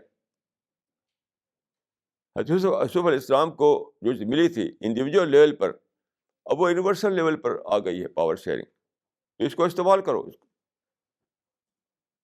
اور اس کو حرام بتا کر کے اسے دور رہے، لڑتے جھگڑتے رہے. کیونکہ یہ جو وہاں پر ہے اس ایریا میں، یہ بابرکت نمونہ پاور شیئرنگ کا، اس کو دریافت نہیں کر سکے. ایسے ہی دیکھیے اسی علاقے میں اور بہت سے پیغمبر آئے، رسول اللہ صلی اللہ علیہ وسلم کے سوا اور پیغمبر اسی علاقے میں آئے. حضرت عیسیٰ علیہ السلام کی وہیں پیدائش ہوئی، اور کئی پیغمبر، ہر پیغمبر میں کوئی نہ کوئی نمونہ ہے، بہت زبردست قسم کا نمونہ، بہت زبردست قسم کا نمونہ. جیسے کہ میں نے حضرت یوسف علیہ السلام کے بارے میں بتایا. پھر میں وہاں پر ایک بہت بڑا نمونہ ہے جو لوگ جاتے نہیں اور دیکھا نہیں اس کو، وہ میں بتانا چاہتا ہوں آپ کو کہ مسجد اقصیٰ کے تھوڑے دوری پر وہاں پر ایک چھوٹی سی مسجد ہے، اس کا نام ہے مسجد عمر. مسجد عمر، حضرت عمر جب خلیفہ تھے تو وہ گئے تھے یروشلم، انہیں کے زمانے میں فلسطین جو ہے وہ فتح ہوا تھا. تو حضرت عمر جب گئے وہاں پر ایز اے خلیفہ، تو وہ وہاں پر ایک چرچ ہے، اس کا نام ہے چرچ آف ریزریکشن. اس کا عربی میں کہتے ہیں کنیسۃ القیامہ. کنیسۃ القیامہ عربی کتابوں میں پڑھیں گے آپ، اور ویسے کہتے ہیں اس کو چرچ آف ریزریکشن. تو وہاں پر تھے وہ، وہیں پر ایگریمنٹ ہوا وہاں کا جو بڑا پادری تھا اس سے. تو عصر کی نماز کا وقت ہو گیا، تو انہوں نے کہا کہ مجھے عصر کی نماز پڑھنا ہے. تو پادری نے کہا کہ آپ یہ پڑھ لیجیے ہمارے چرچ کے اندر. تو حضرت عمر نے کہا کہ نہیں میں یہاں نہیں پڑھوں گا. جس کو انگریزی میں کہتے ہیں اسٹون تھرو، یعنی پتھر پھینکا جائے یہ دور جا کے گرے گا وہاں جا کر نماز پڑھوں گا میں. اسٹون تھرو کی دوری پر نماز پڑھوں جا کر کے. انہوں نے ایسے ہی کیا، چرچ آف ریزسٹنس سے دور جا کر کے نماز پڑھی انہوں نے باہر. تو انہوں نے حکمت کیا بتائی تھی کہ میرے بعد جو مسلمان یہاں آئیں گے وہ کہیں گے کہ ہاں ہونا صلی اللہ عمر، یہاں ہمارے خلیفہ نے نماز پڑھی ہے، ہمیں ہم مسجد بنائیں گے. ہاں ہونا صلی اللہ عمر، یعنی حضرت عمر کی پالیسی یہ تھی کہ دوسرے کی عبادتگاہ سے ملا کر مسجد نہ بنائی جائے، دور بنائی جائے، دور، تاکہ جھگڑا نہ کھڑا ہو. انہوں نے کہا کہ میرے بعد جو مسلمان آئیں گے وہ کہیں گے ہاں ہونا صلی اللہ عمر، خلیفہ نے نماز پڑھی، ہم یہاں مسجد بنائیں گے. تو چنانچہ یہی ہوا، جہاں حضرت عمر نے نماز پڑھی تھی وہاں آج بات کو مسجد بنائی گئی. ابھی جا کے کوئی دیکھ سکتا ہے اس کو. وہ چھوٹی سی مسجد ہے لیکن بار وہ مسجد ہے، اس کا نام مسجد عمر. اب اگر لوگ یعنی باخبر ہوتے ان مثالوں سے تو بابری مسجد کا قصہ کیا یہی قصہ ہے. آپ پڑھ لیجیے کتابوں میں. وہاں پر ایک جگہ تھی ہندوؤں کی مقدس جگہ جس کو وہ کہتے تھے سیتا کا مندر، اسی سے ملا کے مسجد بنا دی گئی. اگر دور مسجد بناتے بابری مسجد کبھی بھی بابری ٹوٹتی نہ. اسے ملا کر یعنی سیتا کا جو مندر تھا اس سے ملا کر کے دیوار سے دیوار مسجد بنا دی گئی، بجائے دور بنانے کے. تو اگر لوگ جا کے دیکھتے وہاں پر کہ حضرت عمر کی پالیسی کیا تھی، اسی کو یہاں پر دہراتے، تو کبھی بھی بابری مسجد قصہ پیش نہ آتا. مندر کے ساتھ مسجد، یہی گیان بابی میں ہے، یہی بات جھگڑا کھڑا ہوا ہے. یہی متھرا میں بھی یہی ہے، مندر مسجد کے ساتھ مندر بنا ڈالا ہے لوگوں نے، اور جھگڑے کھڑے ہوئے جگہ جگہ. تو مسجد کو بنانا چاہیے دور کے مقام پر. اتنے ساری مثالیں وہاں پر ہیں، لیکن سب مثالوں سے مسلمان بے خبر ہیں کیونکہ وہ جیتے ہیں، یعنی وہ اپرچونیٹی بلائنڈ ہو گئے ہیں، اور آبجیکٹو طور پر باتوں کو سمجھتے نہیں، کتابوں کو پڑھتے نہیں، افواہوں پہ جیتے ہیں، کچھ بھی سن لیا اسی کو مان لیتے ہیں. تو اس طرح کی اور بہت ساری چیزیں ہیں مسجد اقصیٰ کے بارے میں جو میں نے وہاں جا کے دیکھا. انشاءاللہ آئندہ میں اور کچھ بیان کروں گا. آج میں یہی کہتا ہوں آپ لوگوں سے کہ کبھی بھی کسی چیز کو تحقیق کیے بغیر نہ مانیے. پہلے کوئی بھی سنے تو اس کو تحقیق کیجیے، پتہ کیجیے کیا ہے. نفرت سے کوئی راہ نہ بنائیے، کسی کو دشمن نہ سمجھیے. ہمارا دشمن نہ ہندو ہے، نہ یہودی ہے، نہ عیسائی ہے، نہ امریکہ ہے، نہ یورپ ہے، کوئی ہمارا دشمن نہیں ہے. قرآن کے مطابق your enemy is your potential friend. تو پازیٹیو تھنکنگ اپنے اندر پیدا کیجیے، نگیٹیوٹی سے اپنے آپ کو بچائیے، اور پھر انشاءاللہ آپ دنیا میں بھی کامیاب رہیں گے اور آخرت میں بھی کامیاب رہیں گے. اقول قولی ھذا واستغفر اللہ لی ولکم اجمعین.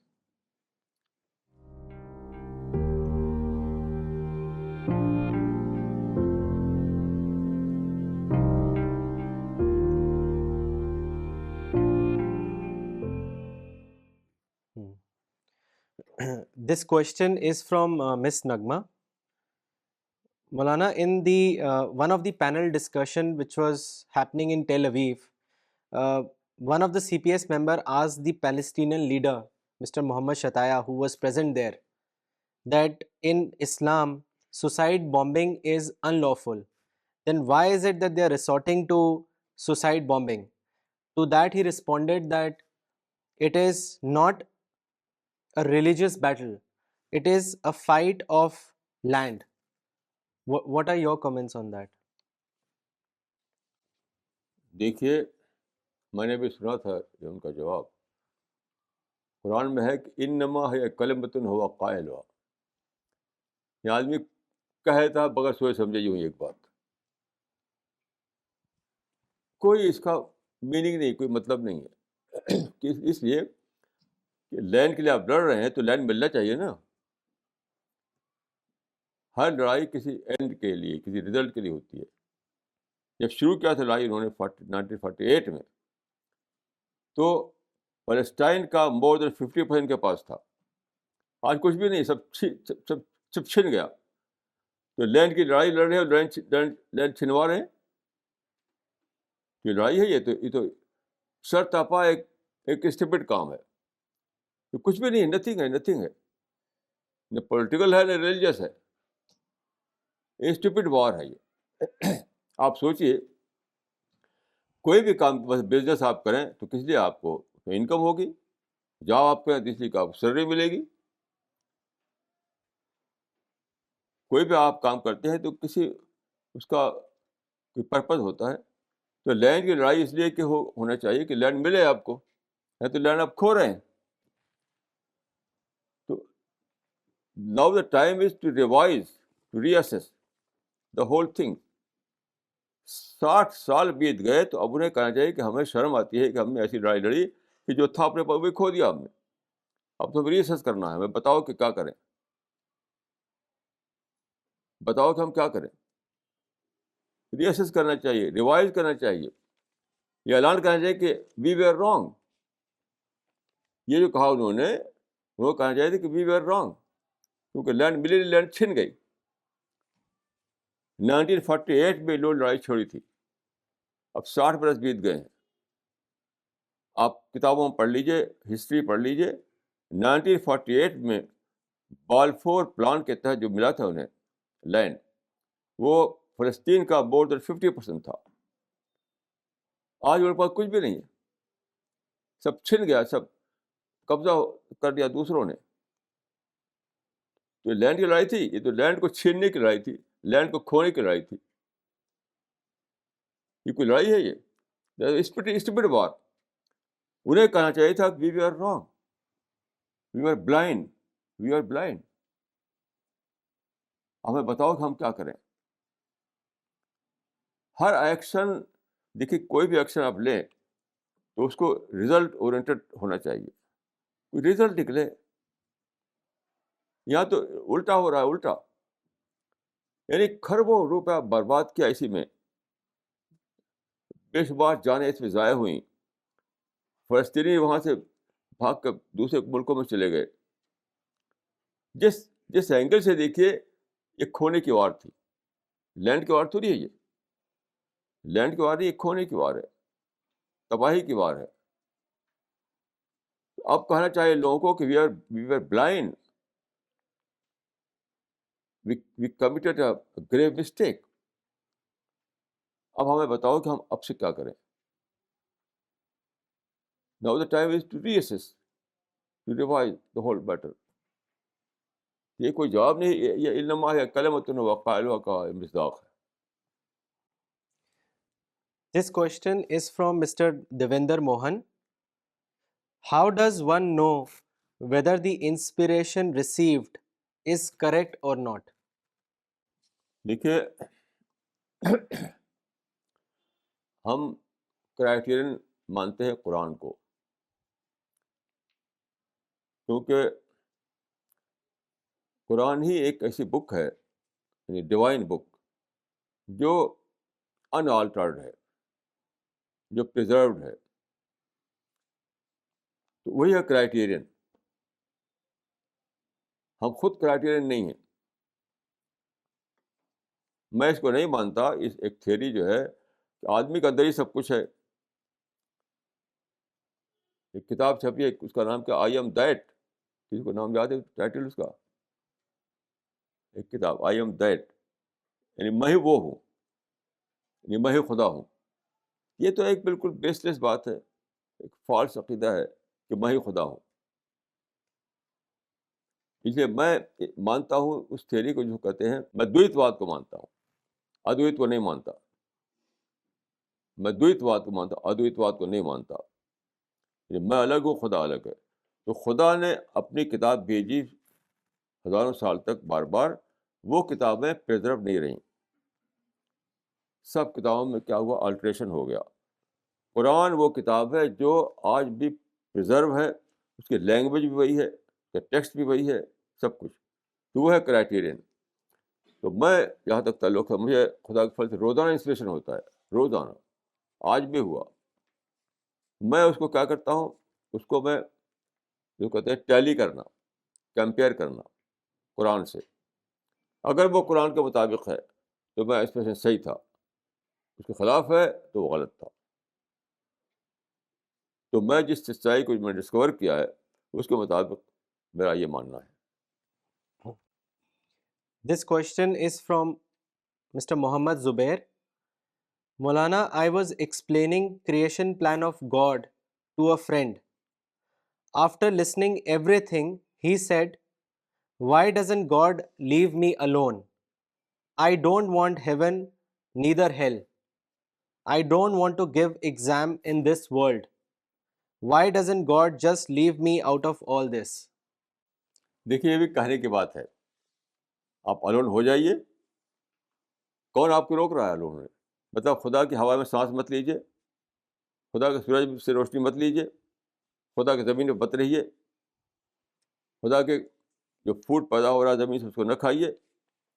ایسا کیجیے، آپ الون ہو جائیے. یعنی خدا کے ساری چیزوں سے انجوائے کر رہے ہیں آپ، اور کہتے ہیں کہ میں الون ہونا چاہتا ہوں. یہ تو انسنسیئر لوگ ہیں جو ایسی باتیں بولا کرتے ہیں. کیا آپ نے پیدا کیا ہے زمین کو؟ کیا آپ نے بنایا ہے سولر سسٹم کو؟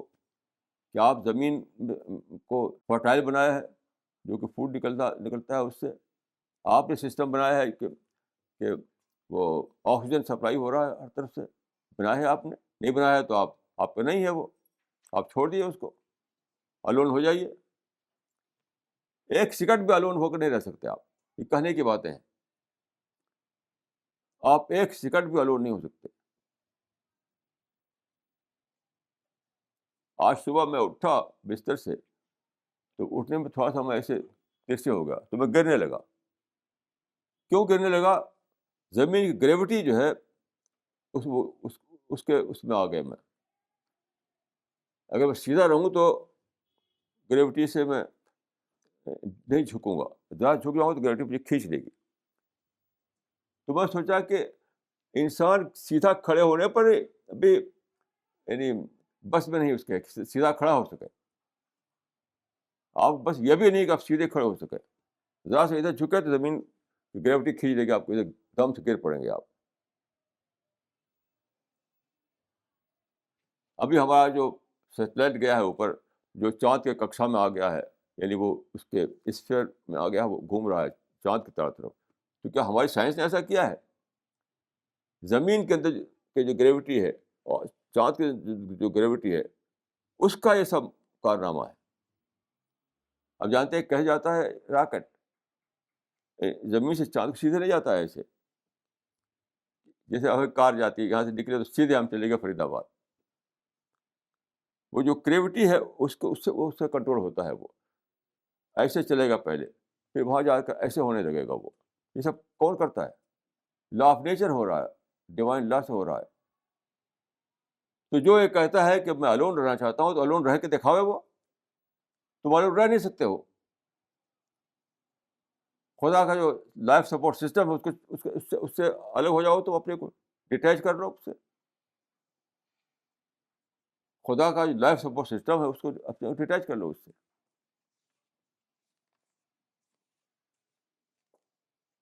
ایسا تو یہ انسنسیئر لوگ ایسی باتیں بولا کرتے ہیں. انسنسیئر لوگ. اگر سنسیئر ہو آدمی تو ایسی باتیں کبھی بھی نہیں بولے گا وہ. This question is from Dr. Muslima Siddiqui. Is there any way for those who are not able to go to Masjid-e-Aqsa to share the blessings available there? میں سمجھتا ہوں کہ اس کا جو آلٹرنیٹیو ہے وہ دعا ہے. دعا ہے. جیسے وہاں بھی میں نے جو دعا کی تھی کہ پیغمبروں کے جو جماعت یہاں تھی یا ان کی جو گیدرنگ تھی اسے میں شامل ہو جاؤ، تو دعا ہی تو تھی وہ، کیونکہ پیغمبر تو موجود نہیں تھے وہ. تو میں نے جو حدیث سنائی وہ حدیث بہت بڑی اس میں ہر ہوپ ہے ہر آدمی کے لیے. انا عند ظن عبدی بی فلیحمدنی ما شاء، کہ میں بندے گمان کے ساتھ ہوں، تو جو چاہے وہ گمان کر لے میرے بارے میں. مطلب وہ جو گمان کرے گا اس کو پورا کروں گا. تو اگر کوئی شخص یہ گمان کرے کہ خدایا میں دعا کے ذریعے اس بلیسنگ کو مجھے دے دے، وہ بلیسنگ مجھے مل جائے دعا کے ذریعے، کیونکہ میں وہاں سفر کر کے نہیں جا سکا، تو میں سمجھتا ہوں کہ دعا کے ذریعے اس کو بلیسنگ مل جائے گی. انا عند ظن عبدی بی فلیحمدنی ما شاء، میں بندے گمان کے ساتھ ہوں، تو جو گمان چاہے وہ میرے بارے میں کر لے، میں اس کو پورا کروں گا. اس کا مطلب یہ نہیں کہ آپ الٹا سیدھا گمان کر لیں، یعنی جو درست گمان اگر کریں گے آپ، جو صحیح گمان جو خدا کے اس کے مطابق ہوگا، اسکیم کے مطابق ہوگا، تو خدا اس کو پورا کرے گا. تو اگر کوئی یہی دعا کرے کہ خدایا میں اقصا میں نہیں آ سکا، یہی مجھے تو اقصا والی بلیسنگ دے دے، مجھے یقین ہے کہ اس کو مل جائے گی بلیسنگ یہیں پر دعا کے ذریعے سے. This question is from Dr. Farida. Why have all the people, being great language experts, failed to translate the Quran, possessing clarity? ہاں، یہ بہت بڑا سوال ہے. میں نے خود قرآن کے انگریزی ترجمے پڑھے ہیں، اور جو انگریزی کا ایکسپرٹ ہے، جو ان کی مدر ٹنگ انگلش ہے، ان سے باتیں کی ہیں. ایک صاحب جنہوں نے کہ انگلش ٹرانسلیشن کا ریسرچ کیا ہے اسی پر، جو عربک اور انگلش دونوں جانتے ہیں، جو دلی میں رہتے ہیں، ان سے میری باتیں ہوئی ہیں. انہوں نے یونیورسٹی سب کا یہ کہنا ہے کہ قرآن کا جو ٹرانسلیشن ہے انگلش والے، ان میں کلیئرٹی نہیں ہے، کلیئرٹی نہیں ہے وہ.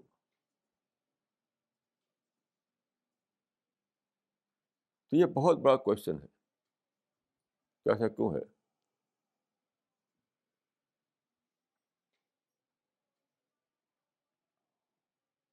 اس کا جواب میں جو دوں گا وہ آپ کو سبجیکٹو لگے گا.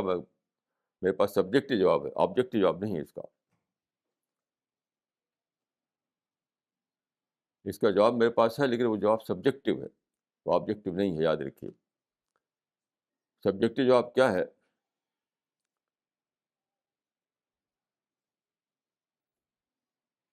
علامہ اقبال نے کہا تھا کہ قرآن پڑھو تو یہ سمجھو قرآن تمہارے پر اترا ہے. ایک شخص نے کہا تھا اس کے بارے میں کہ قرآن ہے ٹو بی ریویل ٹوڈے، لیکن نہ تو قرآن اقبال کے اوپر اترا، ان کا کلام بتاتا ہے کہ قرآن کو سمجھ نہیں سکے وہ، نہ اس آدمی کے اوپر ریویل ہوا جس نے یہ جملہ کہا تھا. کیوں؟ لوگوں نے وہ اپنے آپ کو ڈیڈیکیٹ نہیں کیا. اقبال کہتے شاعری کرتے رہے. بتائیے شاعری سے آپ قرآن اترے گا آپ کے اوپر؟ جبکہ قرآن میں صاف صاف ہے کہ یہ قرآن شاعری نہیں ہے. قرآن میں ہے کہ قرآن شاعری نہیں ہے، پیغمبر شاعر نہیں ہوتا، اور آپ شاعری کر رہے ہیں، تو آپ قرآن کیسے اترے گا آپ کے اوپر؟ آپ کو کرنا پڑے گا قرآن کے کلچر کو اپنائیں، پیغمبر کے کلچر کو اپنائیں، ڈیوائن کلچر کو اپنائیں، اپنے آپ کو ملیمیٹ کر دیں اسی میں.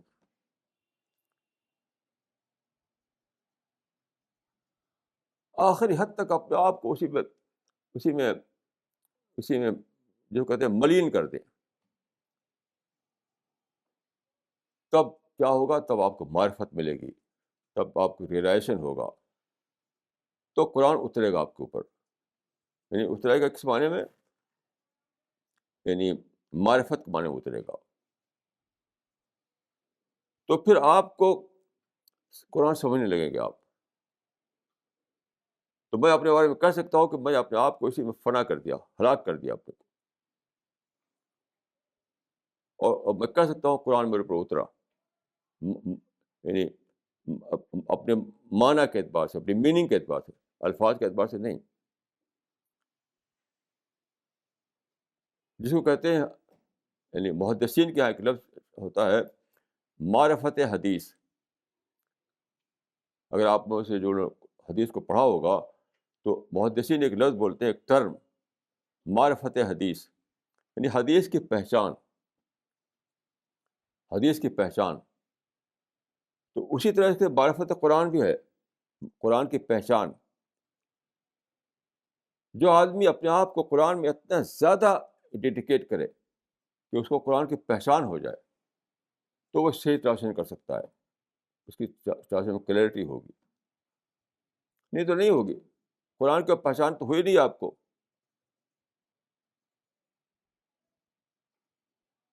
تو کیا کریں گے آپ؟ میں ایک دلچسپ اگزامپل دیتا ہوں آپ کو. ایک انگریز تھے جان بٹ، انہوں نے اسلام قبول کیا. تو ہمارے پاس آتے تھے پہلے، اب وہ واپس چلے گئے لندن. تو ہمارے ایک چیز کا ترجمہ کیا تھا انہوں نے. تو اس میں تھا کہ حضرت ابو کا جب حضرت ابو کا جب خلیفہ ہوئے تو اسامہ کا لشکر جو تھا وہ انہوں نے روانہ کیا موتا کی طرف. تو جب اسامہ گھوڑے پر چڑھ کے جا رہے تھے تو حضرت ابوبکر ان کے ساتھ چل رہے تھے باتیں کرتے ہوئے. تو وہ ترجمہ انہوں نے کیا کہ چیٹنگ کرتے ہوئے، یعنی ان کے ساتھ چل رہے تھے وہ چیٹنگ کرتے ہوئے. اب ظاہر ہے کہ خلیفہ کے لیے چیٹنگ کرنا تو نہیں بولا جائے گا، لیکن ان کو پہچان نہیں تھی، اس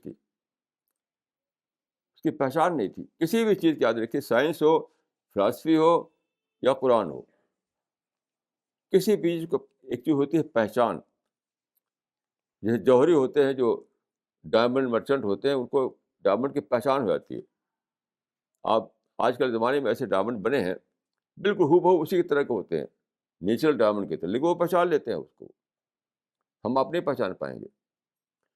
تو قرآن کی پہچان، معرفت قرآن کے لیے ضروری ہے کہ آدمی اپنے آپ کو اسی پہ ہلاک کر ڈالے، یعنی سول کنسرن بنا لے وہ قرآن کو، سول کنسرن بنا لے وہ قرآن کو. میں نے اس طرح سے قرآن کو پڑھا ہے. شبلی منزل جو ہمارے اعظم گڑھ میں ہے، دارالمصنفین، وہاں بہت اچھا کلیکشن ہے عربک بکس کا. سب سے پہلے میں نے وہاں پر تفسیروں کو پڑھا، قرآن کی تفسیریں. اس وقت مولانا عبدالباری صاحب اس کے لائبریری ہوا کرتے تھے، اب ان کا انتقال ہو گیا. وہ وہاں ہوتے تھے. تو میں جاتا تھا وہاں صبح کو. جب اس کا ڈور کھلتا تھا، جب تالا لگا کر کے، تو میں پہلا ہوتا تھا جو انٹر ہوتا تھا اس کے اندر سے. اور شام کو جب بند ہوتا تھا تو میں پہلا ہوتا جو نکلتا تھا اس سے. بیچ میں وہ لوگ جاتے تھے اس کے لیے لنچ کے لیے، بند کر کے تو میں اندر ہی پڑھا رہتا تھا اس کو. اور کیا کرتا تھا میں؟ قرآن کی تفسیریں ساری عربک تفسیریں وہاں پر تھیں، عربک تفسیریں جو ہیں اس کو پڑھتا رہتا تھا وہ. اور جانتے کیا ہوتا تھا؟ ایسا ہوا کہ میں دن کا کھانا نہیں کھاتا تھا. صبح کو کھانا کھا کے چلا گیا جو کچھ بھی، پھر شام کو لوٹتا تھا، بالکل شام کو، مغرب کے وقت. تو وہاں پر مجھے اس جو تجربہ ہوا جو کہتے ہیں اندھیرا چھا گیا، کہ میں نے ایک شیلف ہے، اس سے میں نے ایک تفسیر نکالی، یہاں بیٹھ کے پڑھ رہا ہوں. پھر اٹھتا ہوں اس کو رکھنے کے لیے، اندھیرا چھا جاتا ہے، مجھے نظر آتا ہے کہ شیلف کدھر، ادھر ہے کہ ادھر ہے. کیوں؟ بھوک کی وجہ سے. تو بہرحال میں کہہ سکتا ہوں اپنے آپ کو کہ میں نے اپنے آپ کو اسی پر فنا کر دیا. تب جا کر مجھے معرفت قرآن حاصل ہوئی، قرآن کی پہچان. اب آپ کو یہ بات سبجیکٹو لگے گی تو اب لگ سکتی ہے، لیکن اپنا جو ایکسپیرینس ہے وہ میں نے بیان کر دیا. This question is from Miss Razia. Why is there a fatwa against traveling to Masjid Al-Aqsa? یہ تو ایک بناوٹی فتویٰ تھا. انہوں نے سمجھ رکھا ہے کہ وہاں پر مسلمانوں کا رول ہونا چاہیے، کوئی بیس اس کی نہیں ہے، خود ہی بنا رکھا ہے. اب اگر وہاں مسلمان کے سوا کوئی اور رول کرنے لگے تو وہ ان کے نزدیک جائز نہیں ہے. یعنی لیگل رول وہاں پر مسلمانوں کو ہونا چاہیے. دوسرا کوئی ہے تو انلیگل رول کر رہا ہے وہ. تو چونکہ انلیگل رول ہے اس لیے وہاں جانا ہماری جائز نہیں. یہ سب بناوٹی باتیں ہیں، نہ قرآن میں نہ حدیث میں، کچھ بھی نہیں. یہ سب بالکل بناوٹی باتیں ہیں. تو اس کو کہتے ہیں بنائے فاسد علی الفاسد. ایک بناوٹی بات بنائی، اس کے بعد ایک بناوٹی فتویٰ بھی دے دیا. سب بالکل بیس لیس باتیں ہیں یہ. کوئی اس کی لاجک نہیں ہے, کوئی اس کی ریزن نہیں ہے, قرآن حدیث میں اس کے سپورٹ میں کوئی ریفرنس نہیں ہے. تو یہی ایک بات تھوڑی ہے. سوسائڈ بامبی سے انہوں نے کہا سارے عرب کے علماء سوسائڈ بامبی کو جائز بتاتے ہیں. یہ فتویٰ ہے کوئی؟ اس کا نام فتویٰ ہے. اور کیا کہتے ہیں یہ, اس کو کہتے ہیں استشہاد, طلب شہادت. یہ سب بالکل بیسلس فتوے ہیں, بالکل بیسلس فتوے. لیکن سینکڑوں ہزاروں لوگ مانتے ہیں اس کو. ایک ہی بات تھوڑی ہے, ایک ہی بات نہیں ہے. ایسی غلط باتیں ایک دو نہیں بنا رکھا لوگوں نے. ایسے یہ بناوٹی فتویٰ ہے کہ وہاں پر جانا جائز نہیں ہے. بالکل جائز ہے, بالکل جائز ہے, بالکل جائز ہے. اس میں کسی قسم کا کوئی اسلام کے خلاف کوئی بات نہیں. This question is from Dr. Farida Khanam. As per Quran, the sole point of our love and emotions should be God. Then why do we see this love being showered upon family and children? And what is our responsibility towards them? ہاں دیکھیے, یہ بہت important question ہے, بہت زیادہ important question ہے. کل حبیب بھائی کا ٹیلیفون آیا تھا حیدرآباد سے, تو یہ بات میں نے ان سے کہی. میں نے کہا کہ دیکھیے, ایک ہے خدا, ایک ہے آپ کی اولاد, آپ کے بچے. آپ کے دل میں اللہ تعالیٰ نے محبت کے جذبات رکھے ہیں, محبت, پیار, لو. وہ صرف خدا کے لیے یاد رکھیے. والذین آمنوا اشد حبا للہ. بچے آپ کی محبت کا مرکز نہیں بن سکتے. بچوں کے لیے خدا نے محبت نہیں رکھی ہے. اولاد آپ کے لیے رسپانسبلٹی ہے, یاد رکھیے, اس کو اچھی طرح سمجھ لیجیے. اولاد آپ کی رسپانسبلٹی ہے. اولاد سے اگر محبت کرتے ہیں تو آپ خدا کے ساتھ خدا کی چیز اولاد کو دے رہے ہیں. محبت کا جو جذبات آپ کے اندر رکھا گیا, اس کا سول حق صرف خدا کو ہے. والذین آمنوا اشد حبا للہ. اولاد سے محبت کرتے ہیں تو آپ ایک شرک کرتے ہیں, آپ شرک, یعنی خدا کا حق اولاد کو دے رہے ہیں. اس میں ذرا بھی شک مت کیجیے. کسی کو شک ہو تو میرے پاس آئے, میں کتابیں دکھاؤں گا اس کو. تو خلاصہ اس کا یہ ہے کہ محبت کا حق صرف اللہ تعالیٰ کو ہے. اور جہاں تک اولاد کا تعلق ہے, فیملی کا تعلق ہے, وہ ہے ہماری رسپانسبلٹی, ذمہ داری. بس اس میں پھر ذرا بھی شک نہیں ہے یہ کہ فیملی یا اولاد ہمارے لیے رسپانسبلٹی ہے, مرکز محبت نہیں ہے. اگر آپ ان سے محبت کرتے ہیں تو خدا کے یہاں پکڑے جائیں گے آپ کہ میری چیز تم نے دوسروں کو کیسے دے دی, میری چیز دوسروں کو کیسے دے دی تم نے. اسی لیے حدیث میں آتا ہے کہ ان تلد الامۃ ربتہا, کہ ایک زمانہ آئے گا جب کہ ماں اپنا آقا جانے گی, یعنی اپنا مرکز محبت جانے گی. یعنی ایک زمانہ آئے گا کہ لوگ اولاد سے محبت کرنے لگیں گے خدا سے محبت چھوڑ کر کے, یعنی شریک کر لیں گے اولاد کو. تو بہر اس میں مجھے ذرا بھی شک نہیں ہے کہ آپ کی فیملی, آپ کی اولاد, یہ جو ہے آپ کی رسپانسبلٹی ہیں, آپ کی ذمہ داری ہیں. وہ مرکز محبت نہیں ہے آپ کے لیے. اگر آپ اپنی محبت کے جذبات کو خدا کے سوا کسی اور کو دیتے ہیں تو بلا شبہ آپ خدا کے یہاں پکڑے جائیں گے, اس میں کوئی شک نہیں. والذین آمنوا اشد حبا للہ میں قرآن میں یہ چیز بتا دی گئی ہے. This question is from Maulana Zakwan. What is the meaning of this saying of the companion? We learned Iman before the Quran. ہاں دیکھیے, یہ بہت امپورٹنٹ کویشچن ہے. حدیث صحابہ کہتے ہیں, صحابہ کہ تعلمنا الایمان ثم تعلمنا القرآن. ہم نے پہلے ایمان سیکھا پھر قرآن سیکھا. آج کل کیا ہے, دنیا بھر میں یہاں سے لے کر امریکہ تک لوگ عربی پڑھاتے ہیں تاکہ قرآن کو ڈائریکٹ سمجھ سکیں. وہ عربی کیا ہوتی ہے, وہ اسمیٹرنگ کہتے ہیں, اسمیٹرنگ آف نالج, اسمیٹرنگ آف, یعنی عربی کے اسمیٹرر بن جاتے ہیں. اس میٹر جو ہے وہ کسی چیز نہیں سمجھ سکتے. آپ کو عربی پڑھنا ہے تو آپ کو جاب چھوڑنا پڑے گا, بزنس چھوڑنی پڑے گی, آپ کو 25 سال تک اسی میں غرق ہونا پڑے گا, تب عربی آئے گی. یہ اس میٹر بن کر کے آپ سمجھتے ہیں کہ آپ قرآن سمجھ لیں گے, یہ بہت بہت بڑی فلیسی ہے. یہ فلیسی یہاں سے امریکہ تک پھیلی ہوئی ہے. اس پر کروڑ روپے خرچ ہو رہے ہیں. یہ اقبال نے شروع کیا تھا یہ کام, ابھی تک چل رہا ہے یہ. میں سمجھتا ہوں کہ جب تک آپ کے اندر یعنی وہ نہ ہو, ڈی کنڈیشننگ نہ ہو, تب تک آپ قرآن کو سمجھ نہیں سکتے. تو صحابہ کی پہلے ڈی کنڈیشننگ ہوئی, پھر انہوں نے قرآن کو سمجھا.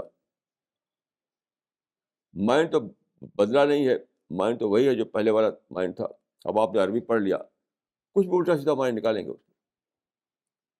کچھ بھی الٹی سیدھی مائنڈ نکالیں گے.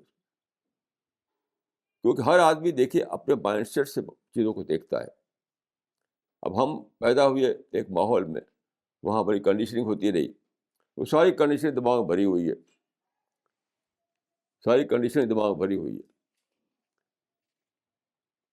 تو اسی کو لے کر کے ہم آ گئے.